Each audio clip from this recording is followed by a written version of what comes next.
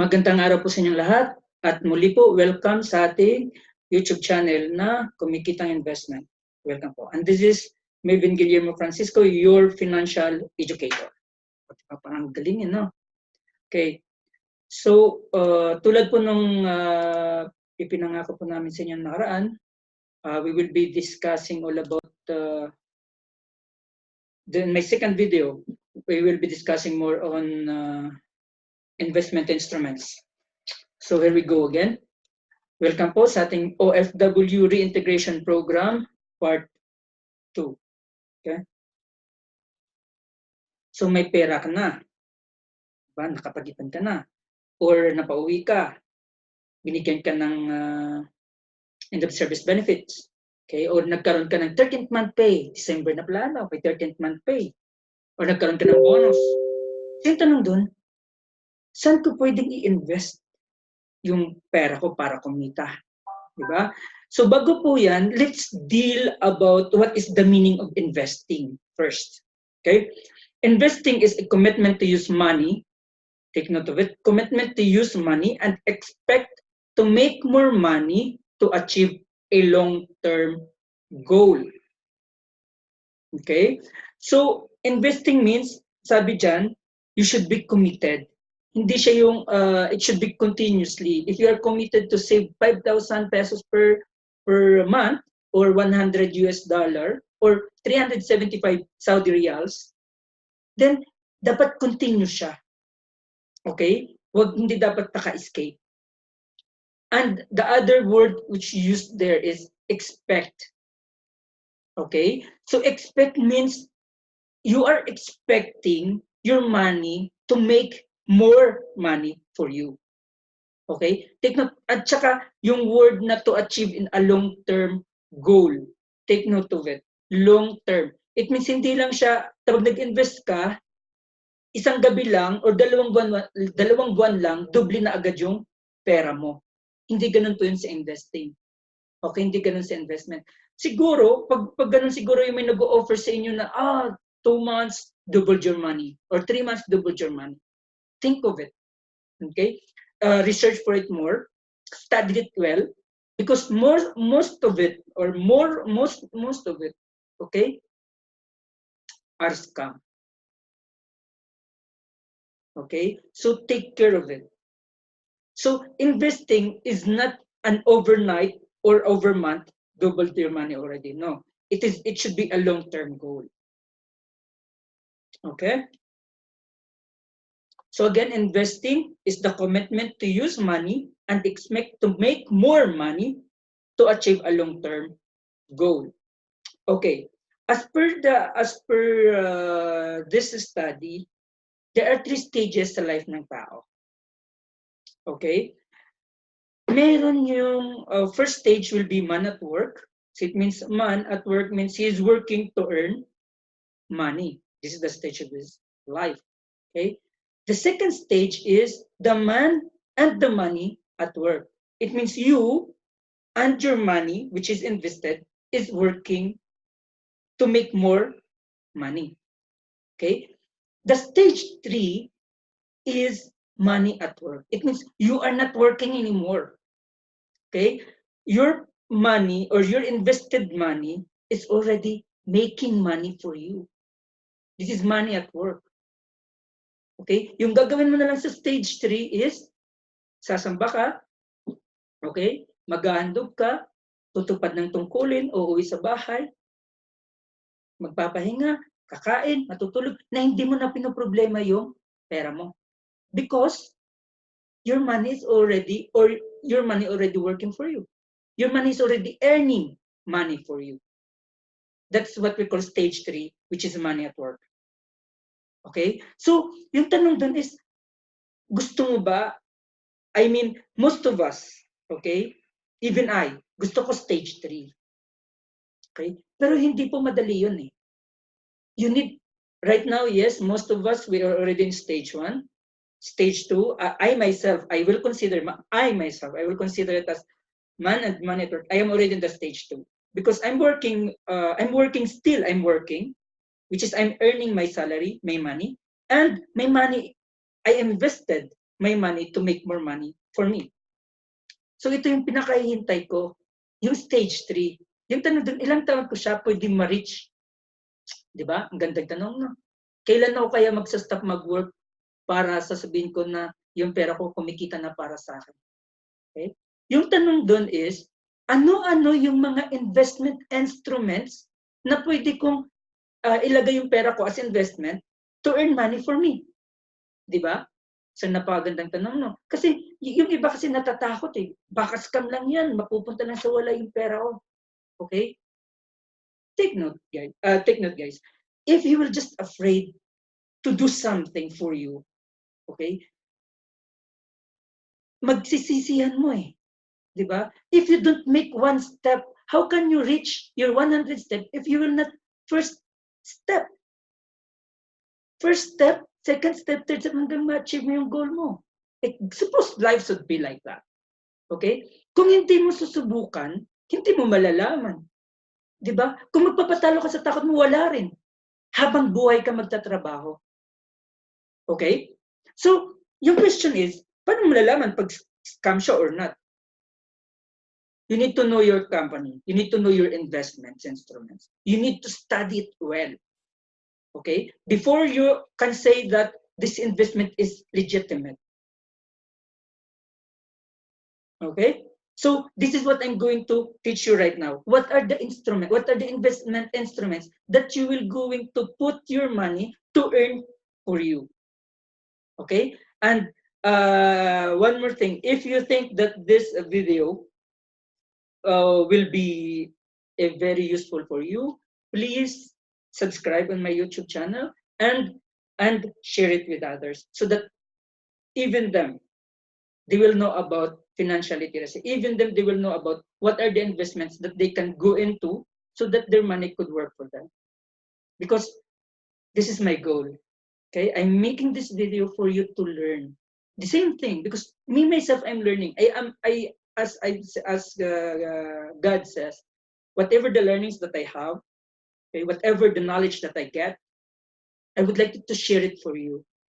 So please, if you think that this literacy program is knowledgeable enough and you think could help a lot of people and Filipino families, please share it with them and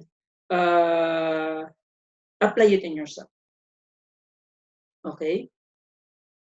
As a saying goes by, with the one I learned from my mentor, he says, knowledge is power, but application of knowledge is much more powerful. Ba, ganda, no?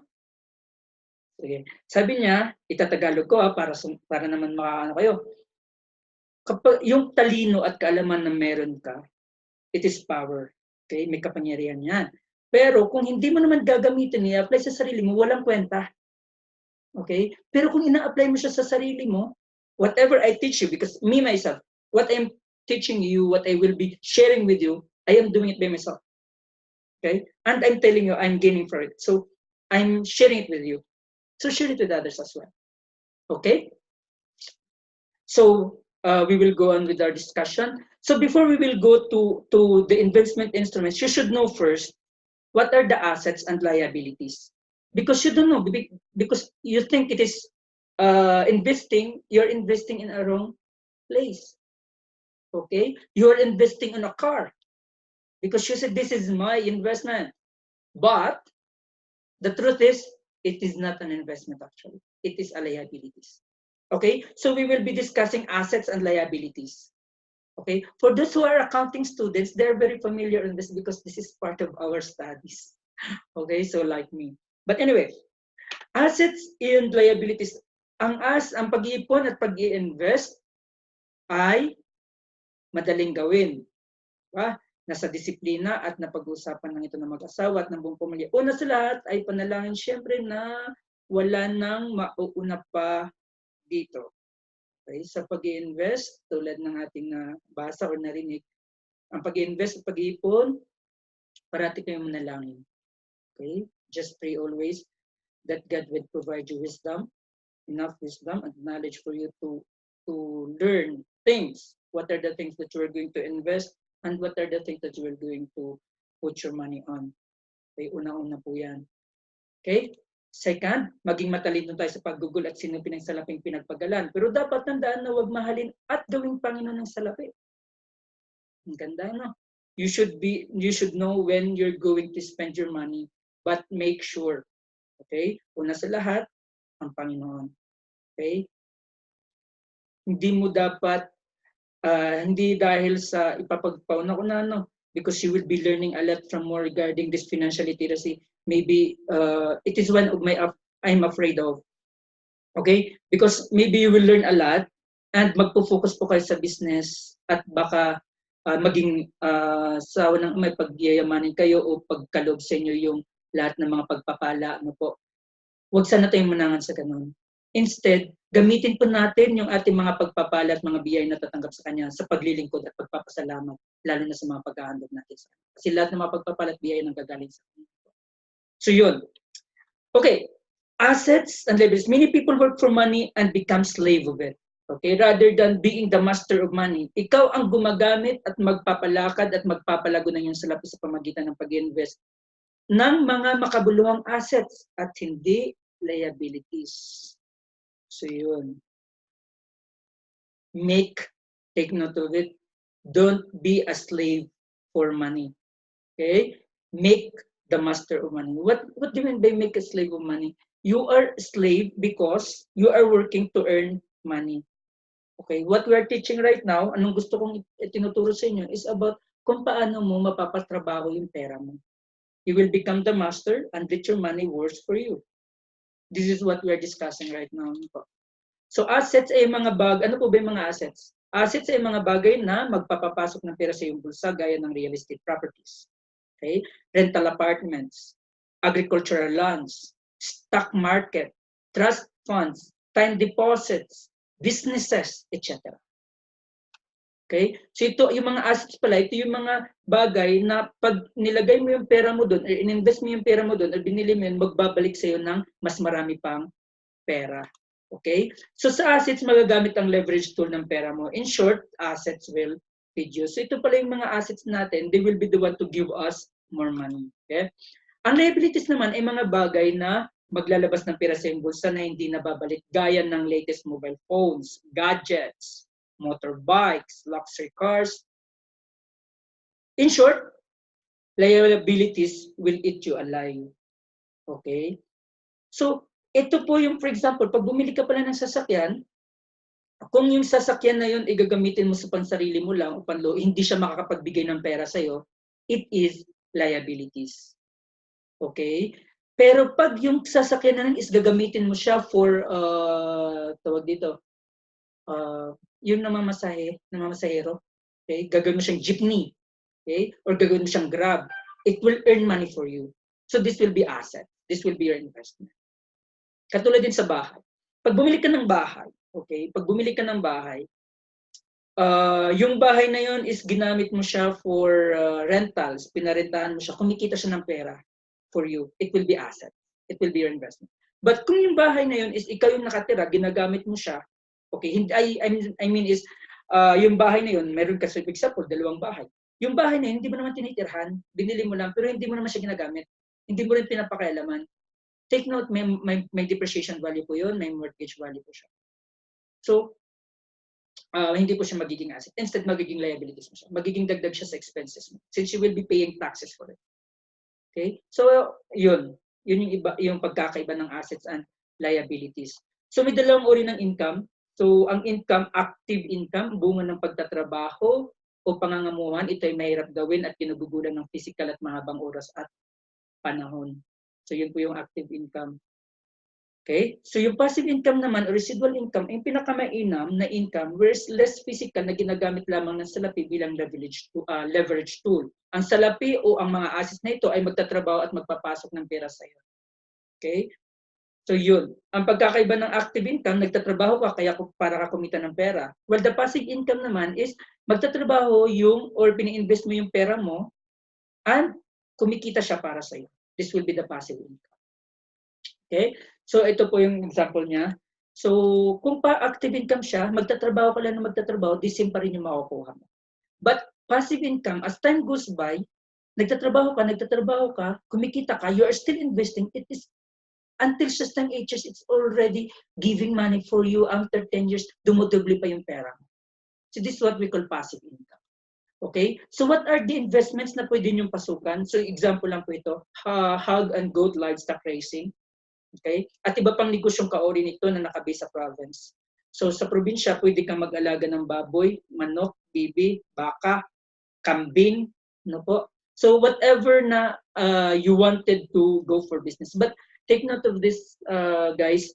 Once you're going to put a hog racing, you need to study it well. Okay? Check your location. Especially pag magpigiri kayo. Always research. Actually, this video will give you some knowledge, but I encourage you to study more, learn more. Okay? Even I, because me, myself, I'm also continuing study and learning from other people. So this in video, try to check some YouTube videos, okay, for you to learn more on how to for example, if you like to make goat racing or chicken, okay, mamanukan kayo, try to look some videos which is will give you more knowledge on how to raise it. Okay, ganun din sa baboyan, di ba meron yung baboyang walang amoy. So try to watch those videos for you to learn and get knowledge from it before you begin to put your own livestock or goat racing.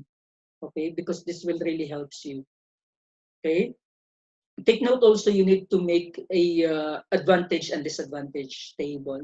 Okay, kailangan mong malalaman kung ano yung mga consequences and yung mga possible income nyo dyan.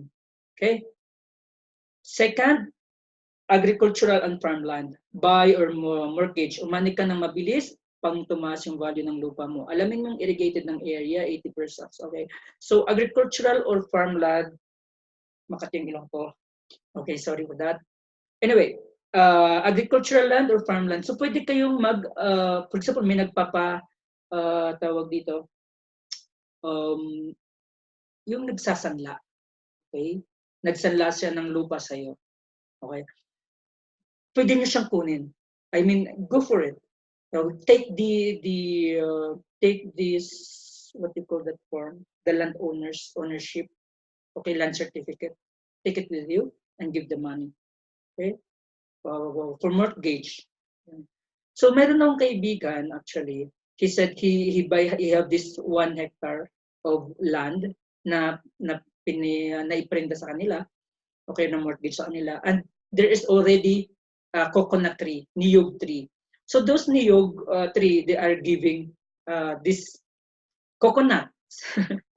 So yun, every time they are getting this coconut, this harvest of coconut, it will be under their this will be their profits. Okay? So they are getting money from it. Di ba? Ang ganda, no? So for example, may mga ganun, take from it. You can have your, like right now, yung sister ko meron siyang lupa. Ginagawa nila, they are putting some, kamote ba yun? Kamote, sweet potato. Diba? So it's giving more extra income. Same with, right now, another one thing is my sister, what she's doing right now, she's buying some palay, palay. Because palay right now, they are harvesting. This is the harvesting period. So it is cheap when you buy it to the farmers.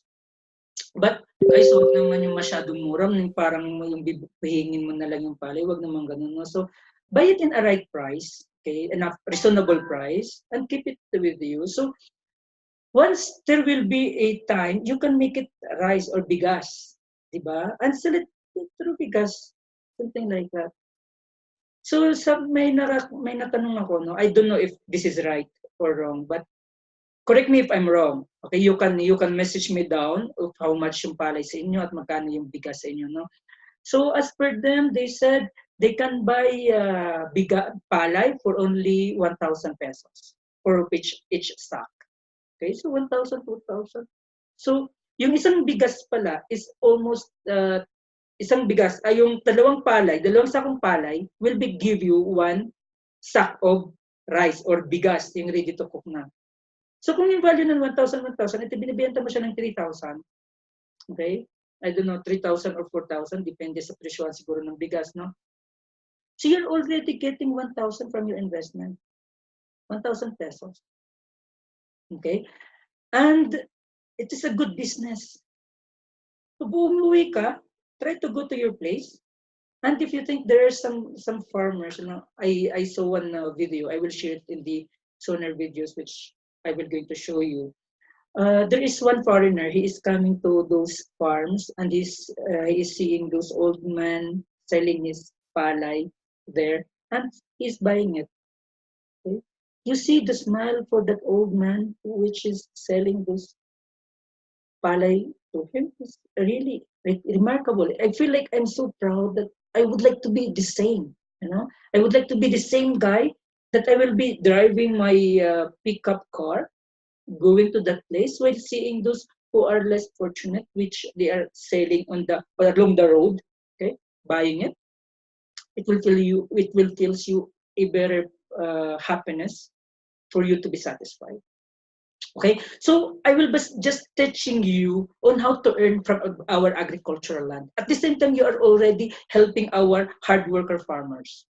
Okay, so next, real estate properties. So stable ito, ikaw ay may control sa mabilis na pag-appreciate ng value, high-end lang at hindi pwedeng ibenta ng mabilisan. Okay. Sa real estate, pwede kang bumili ng mga nasa bangko. Most of it, yung mga nasa bank, they are selling those yung mga prenda na sa kanila na na-remake, na remate na, binibenta na lang ng bank yun for whatever the remaining value in a cheaper price. So you can buy all those properties and you can make business from it. Pero sa akin naman, real estate properties, I bought this house and lot from a subdivision, okay, in Iloilo City. And right now, I am already, I let somebody renting it. So I pay only the minimum deposit and I let somebody rent it. And the rent value, okay, dinadagdag ko siya sa monthly kaya payable ko sa pag-ibig. Because binilagay ko siya sa pag-ibig. Okay? So whatever my monthly dues, okay, in pag-ibig, for example, 15,000 or 10,000, okay, per month, okay, within 10 years, shall we say, nagdadagdag lang ako ng konti. Dinadagdagan ko na lang siya ng konti para ano ko yung due ko. See, this is the thing. I'm just spending a little bit of money, okay, from the value itself. It's around 1.2 million. I don't know for now what will be the future value for that. So kung yun yung value na yun, at nasa pag-ibig pa siya, I'm continuously paying it. I have somebody giving me money from my rental, I have the rent revenue, okay, rent income from that house, okay? I'm getting it, and then paying to pag-ibig. As time goes by, I'm only getting smaller amount. At the end of 10 years, you will be surprised, oh my God, I have already the house and lot. And you didn't spend a lot of money from it. Okay? So yun. So kung after 10 years, continuously may nagre-rent siya sa house mo, it's generating money for you. Okay, so think about it. Okay, so this is only one example. Another one is real estate properties. Huwag ibenta kung hindi talaga kailangan. Magbenta at mag-dispose lamang kung may prospect kang bagong lupa or property strategic location. Pag-aralan ng zonal market value kung bibilin. So for example, sa real estate properties naman sa lupa. Pag may nagbibenta ng lupa at maganda naman yung location niya, go for it, buy for it. It's cheaper price.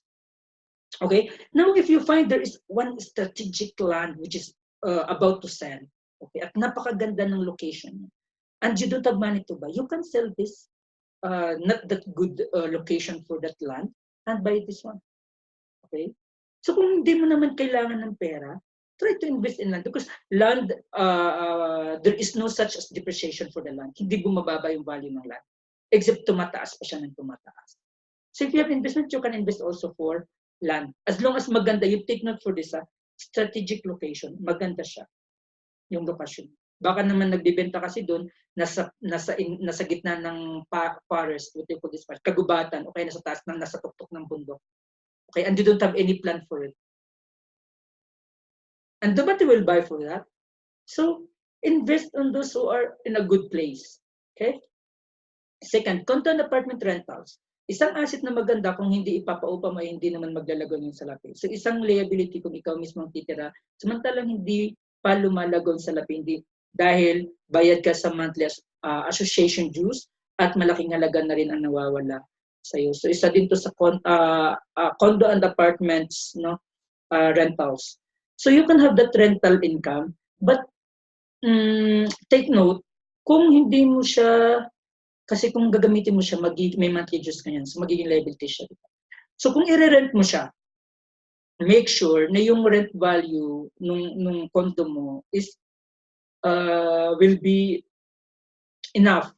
Okay, you make sure you will have income less the depreciation value, because condos, they are not from the land.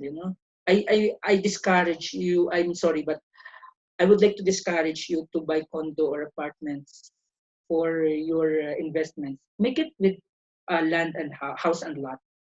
So if it is possible, make it house and lot. Because condo, after 15 years and 20 years or 25 years, it will be depreciated. And take note, ngayon maraming lindol. So pag naglindol, nabagsak yung ano mo at hindi siya insured or hindi siya, yung condo mo, wala na. Kasi nabagsak na yung building. Take note, you are paying for the building for one of the room only, but there is no land actually for that. Hindi siya nakatarak sa lupa. Unless kasi, pag bumili ka kasi ng house and lot, masira man yung bahay, kasi sa iyo yung lupa, pwede ka magpatayo ulit ng panibagong bahay. Okay? So next. Note, napagandang leverage tools ang dalawang real estate and building rentals. By the time na kinita mo yung puhunan mo, ay higit doble inilalaki ng pera mo. Sa kabaligtaran kung ini-invest mo siya sa sasakyan o sa mga bagay na nadidepreciate. So, isa pa is the stock market. Okay. Stock market ay isang magandang investment. Medyo high risk nga lang siya. Mas maganda to sa long term, lalo na pagbaguhan. Unpredictable yung market. Take note of it. Market is volatile. Pag-aralan mabuti kung paano kikita. Kung hindi handa ang puso mo na matalo, huwag pasukan ito. Playground dito sa mga rich. Magtanong-tanong at pag-aralan na matagal mo bago bumili ng stocks. Okay. In my Facebook account, I'm making some suggestions for you to buy stocks. What you need to do is just to register yourself to a stockbroker. Anyway, we will be having some videos about it on when and where you're going to invest. Actually, stock market is very simple. Simple lang siya.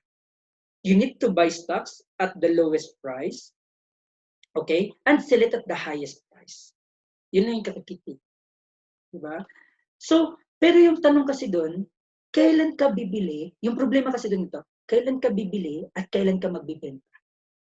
Diba? Kailan babagsak yung presyo niya at kailan yung pagtaas ng presyo? This is the question. Okay? For this, you have different strategies. Okay? Or because for stocks, most of them, they are having this trace. Okay? The trend is up, trending down, or sideways. Okay? So you need to know when it will be going to up and will going to down. So before mag-down yung stocks na yun, you need to sell it. Or it depends. It depends actually. There are three kinds of investors or traders for that. Anyway, we will be discussing this in the future. But for your overview, don't go into stock market without fully knowledgeable. Because I have a friend, he go just to go for the market and just he's losing already for it. So try to study it before you're going to get inside. You should have the mentor. You should have the coaches before you're going to go for it. Or study it well, okay, before you're going to go for it. Invest only a little amount. Okay, you no problem for, if you really wanted to try, go ahead. Try it. Invest a small amount. And learn how the market works. If you really already knows about it, then go for big investments, okay? So this is one example. This is which I get from my Instagram graph. Okay, so I'm using here Hikanachi for this. This one, as you can see, this is only 72 pesos per share. I'm talking about BPI stocks. Okay, so if you know this one during July 12 or July 10, this is only 72, right? Is it or 78? Wait. Yeah, it's around 75. Okay? So 75 yung value niya. Now, if you know this one, that it is about to go up, okay, and you bought during this time, okay, and you sell it around already 95, okay, so this is 95. 75 and 95 is already, you're earning already 20 pesos per share. Take note for how many days? It's only around 1 month. 20 pesos per share. If you have this 1,000 shares, how many you got? You have already 20,000. If you know this, or you know the strategy on how you're going to earn money from stock market, you're already, if you invested 10,000 shares of it, you are getting times 20, you're getting already how much? 200,000 pesos within a month. Compared to you putting your money on the bank, which is only getting 0.23%. If I'm not mistaken. Correct me if I'm wrong, because maybe you have different contract with the bank. Okay?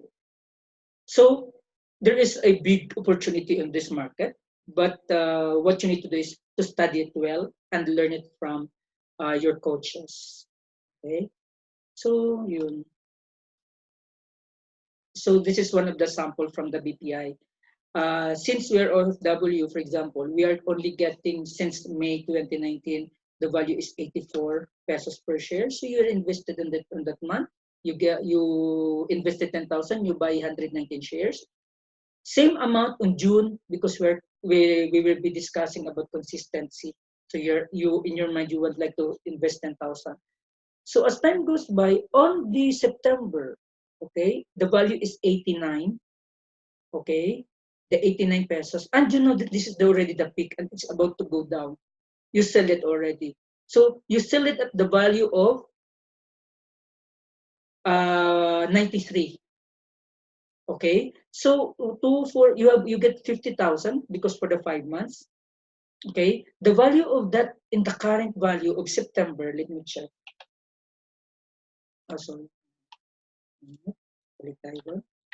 Okay, so if you know this one during September, there's a value for September already. So it is already 93 pesos per share, and you have 609 shares based on the number of shares that you bought. You are already getting 56,000. So how much did you get from it? It's 6,000.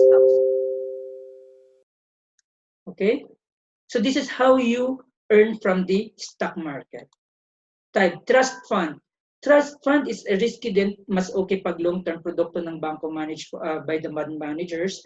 Kung wala namang kalaman sa ganito investment, mas maganda dahil manage ito ng fund experts. So if you know this UITF or Unit Investment Trust Funds, which is offered by the banks, so you can invest that one also if you don't know more stock market that well. Okay? So may opportunity din po dito sa trust fund. Mutual funds.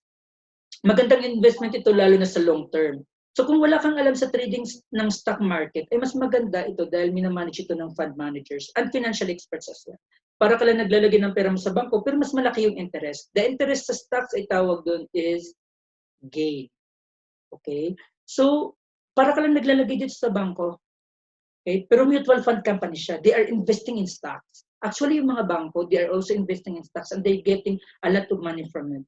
But they're only giving you a little percentage from the gain that they're getting. Okay? Yes, some mutual funds may up and downs, but still it will give you a profit in a long time or in a long period of time. So this is just one of the example.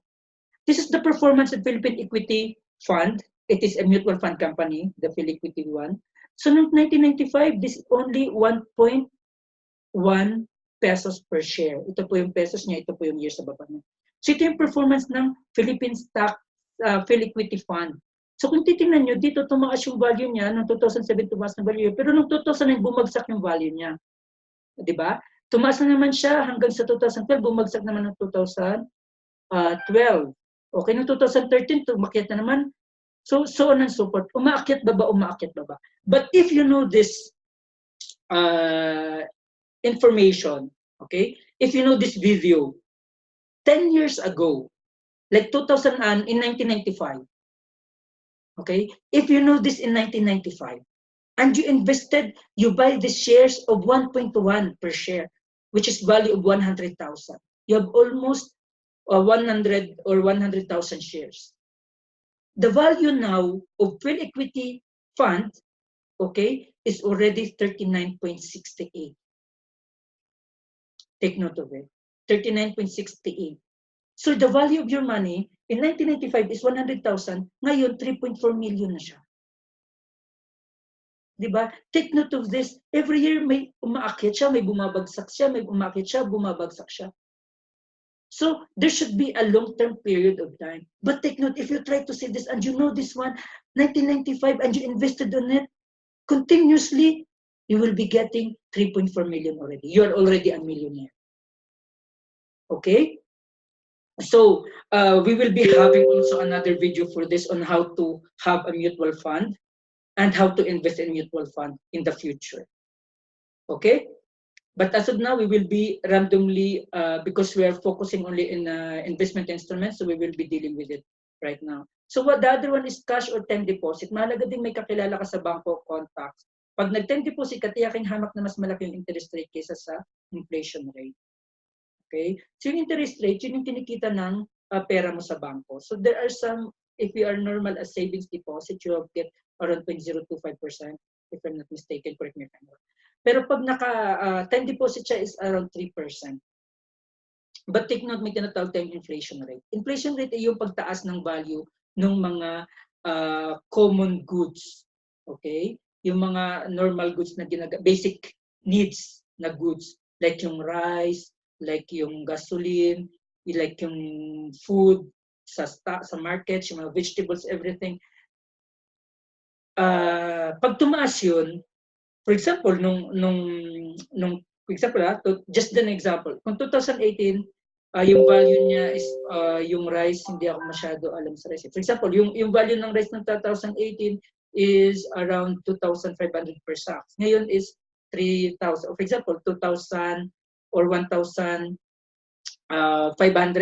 ng nakarang taon. Ngayon, 2,000 per sack na siya.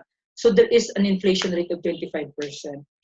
So kung dati, ano lang siya, 1,500, ngayon 2,000 na siya. So yung value ng pagtaas ng common goods, yun yung tinatawag nilang inflation rate. Okay? Which is 25%. This is one example only for the rice. But actually, this is with all the common or basic needs na goods yung kinoconsider dito sa inflation rate. Okay? Pero I think ngayon nata mas maganda kasi parang mababa yung inflation rate, no? As of this year, as I heard from the news. So yun, good job, President. Okay, tips sa pag-iipon. Ito yung pinakabagong formula, na-discuss na rin ito kanina. Income or kita, less yung ipon or savings equals to gugulin ng expenses.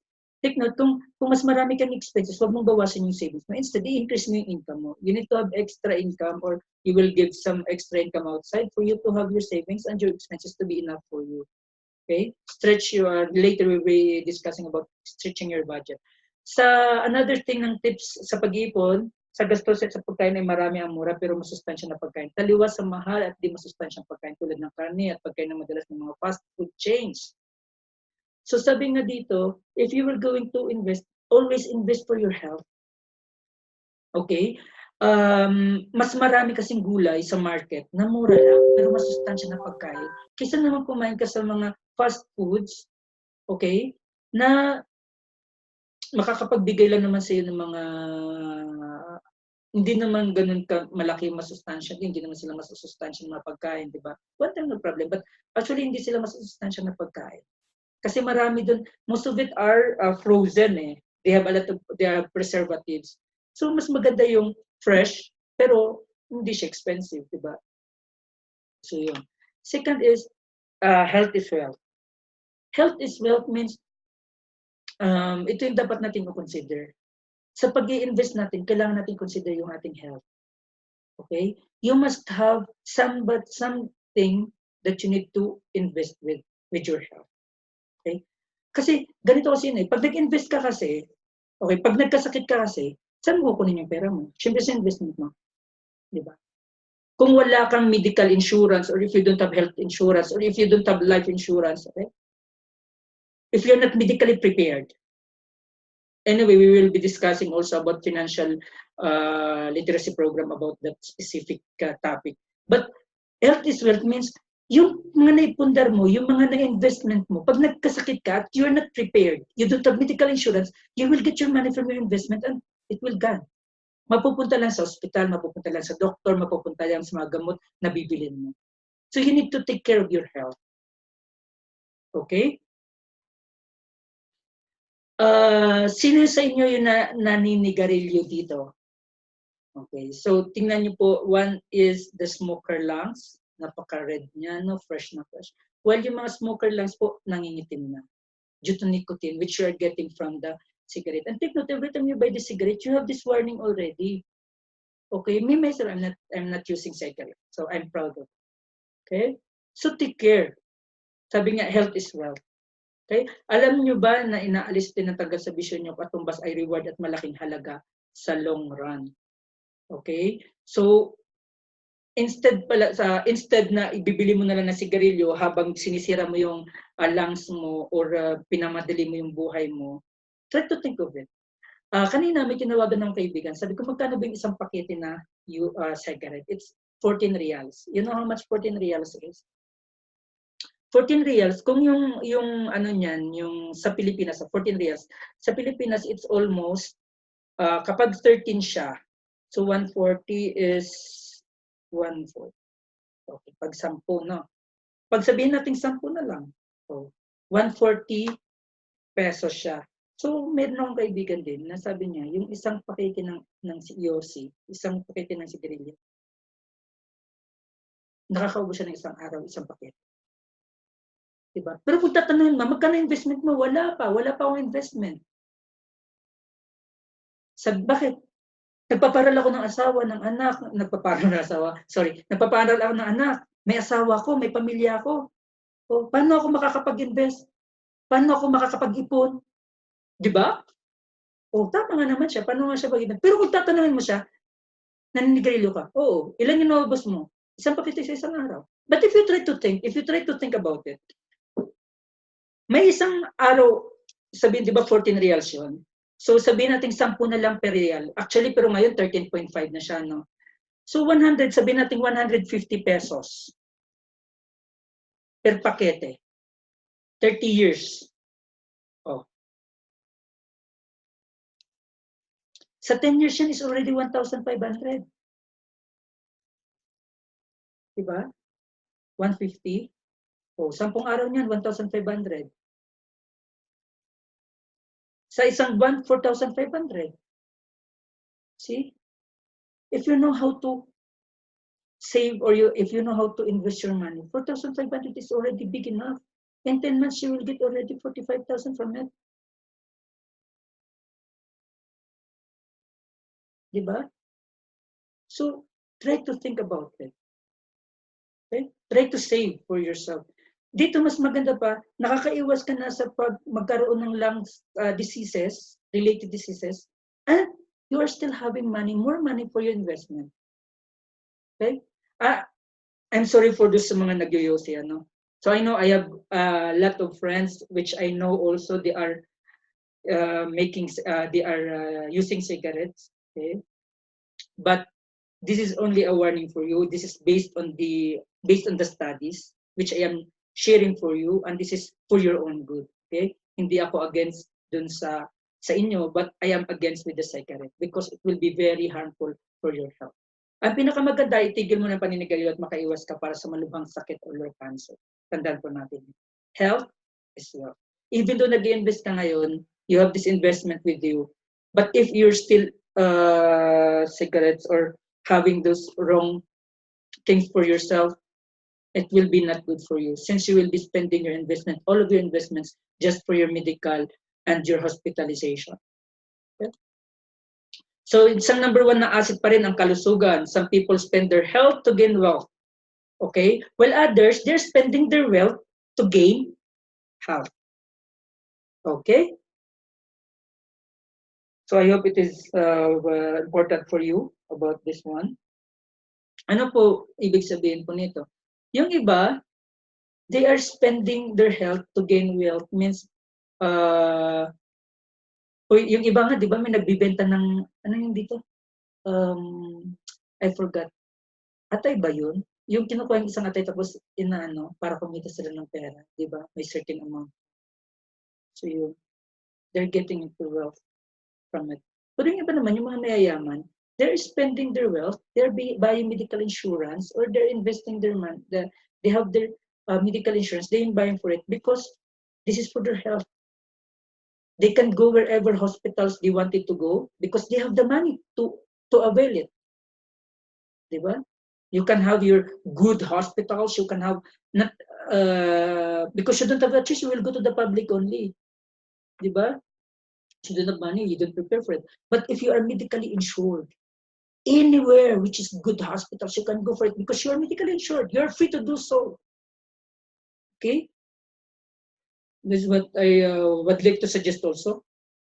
Invest in your health. Take note of it always. Health is wealth. Eat good food. If you're too fat, diet yourself with a good food and nutritious foods. This is one to be considered. And always sleep enough hours to sleep, because in myself, I'm sorry, but I'm trying to give it myself to sleep, to give myself more hours to sleep. But unfortunately, right now, I cannot do that. But I'm trying hard for it. Okay. Second thing is prepare for your medical insurance. This will give you more for your investment also. Okay, so that whatever happens, if there's something you feel that you need to go to hospitals, you have your medical insurance, you can have anywhere hospitals you can use, and you can use your medical insurance from it without touching your investment. Your investment is still giving money more for you while even you are in the hospital. Okay, so please think about it. Naipapacheck health, okay? We're still in the health as well. Naipacheck mo na ba lagi yung blood pressure mo? Take note of it. Okay? Yung blood pressure, your blood sugar, your blood chemistry. Noong nakarang linggo lang, I think, nagpa-blood chemistry kami. Thank you very much po. Okay? And blood pressure and blood sugar. Every time na pumupunta po kami sa Dako, meron po kaming blood pressure check and blood sugar. So guys, if you have the chance, go to some of your friends, okay? Those who are nurses, they know how to check. Always monitor your BP and your blood sugar para ma-avoid po natin yung excessive sugar. Baka magkaroon tayo ng ano yun? Sakit na yun. Basta kayo na bahala dun. Basta sakit yun na mataas yung sugar mo. Diabetic. Yun, buti nga lang. Dapat magpakalusog tayo para may ma-share tayong quality life sa ating pamilya. So isa po yun, alagaan po natin yung ating mga sarili para po sa ating pamilya. Okay? Because they miss you a lot and they love you a lot and they don't want you to be sick. Okay? So prepare for it. Maaari po bang baguhin yung lifestyle? Iwasan ng bisyo at pagkain ng mga unhealthy foods sa ikabubuti ng iyong kalusugan. The sixth things is stretching your budget. This is the thing. Most of our OFWs, they are saying, yung pera ko is kulang pa, wala akong maisisave. It's because enough lang para sa pamilya ko na ipapadala ko. Okay? As I've said, guys, if you will continue the same, you will never have this investment. You will never have this, what they call, money works, the stage 3, which money works. Okay, you try to learn that you and your money works for you right now, and eventually, in the long run, you will make your money works for you, and only you will be sitting, enjoying time, enjoying the time and the environment with your family in the house. Okay, you are there with them. So if you're really thinking about it, that you want to enjoy your life, your remaining short life with your family, spending their time with them, sleeping with them, enjoying with them, okay? Going anywhere together with them, okay? Think to stretch your budget, okay? Even though 1,000, 2,000, 3,000, you get overtime, take it and save it, invest it to make your money works for you, okay? My dream is, I want all Filipino people, OFW, Filipino employees, okay? Try to think about it. Try to think or try to plan yourself to there will be a time for you to make your money works for you. And your money, which the earnings of your money or the income of your money will be enough for your daily basic needs, even for your luxuries. Okay? Yung ano po doon, yung ano lang doon is investment. You need to know how when to invest. You need to, sabi nga is, the right time, the right time for you to invest is yesterday. Okay? But the second time, the good time for you to invest is today. So if you know this one, try to invest your money with a good investments. Okay? And the worst time that you will going to start your investment will be tomorrow. Okay, so if you really wanted to know more about investments, you can just send me or subscribe on this channel, in this YouTube channel, or you can message me on my YouTube channel as well. If I have the time, I could read it, I could reply to you. You can also message me. I will going to post this one in my FB account also. So if you really wanted to learn more about investments, you're feel free to message me in my messenger or in my YouTube or in my Facebook account. If I'm available, I will going to teach you what are the things or what are the investment instruments which I am investing my money. Okay, which will be very helpful for you. Okay. So, yun. And the last thing is, kailangan lang ng disiplina at pag-uusap ng mag-asawa sa pag-adjust ng content sa atin ng lifetime. Higit sa lahat, always seek for the guidance and the divine providence. Okay? Parati lang po tayong manalangin sa Ama, gabayan po tayo sa araw-araw niyang pamumuhay, ibuhos niya mga biyaya at mga pagpapala sa atin. Okay? Lalo na kapag gagamitin po natin ito sa ating mga paglilingkod. Kasi yung gusto nga ng Ama, mabuhay tayo na naglilingkod sa Kanya ng masaya. Kaso nga lang, hindi naman tayo makapaglingkod pag wala tayong pera, di ba? So kaya nga tayo nagtatrabaho eh. So yung kailangan nating ma-aim is, yun yung sinasabi ko, invest your money so that there will be a time that your investments is already earning money, which is enough for you, for yourself, for your family, and for you're going to use it in serving God. Okay? Maraming salamat po. Nawa po yung mga kaalamang isinishare ko po sa inyo ay mapakinabangan po ninyo at nawa kapag ibinuhos na ng Ama yung kanyang pagpapalat biyaya sa inyo, huwag sana kayo magbago. Instead, stay humble, okay? And gamitin niyo po yung kanyang mga pagpapala sa paglilingkod at pagpapasalamat sa Kanya. Marami pong salamat at sa muli po, if you think that this video is very useful for you, try to subscribe and try to share this video to others for them to know about financial literacy program and to know about what are the different investment instruments where they can invest their money, especially po OFW, especially po yung mga malalay sa pamilya nila, especially po yung mga family sa OFW sa Pilipinas, mga seafarers, okay, sa kapatid ko, seafarers po siya, and also dun sa mga tao, sa mga employees, because even to your employees, you can start also your investments. Okay? Yun po. Marami pong salamat and magandang araw po sa inyong lahat.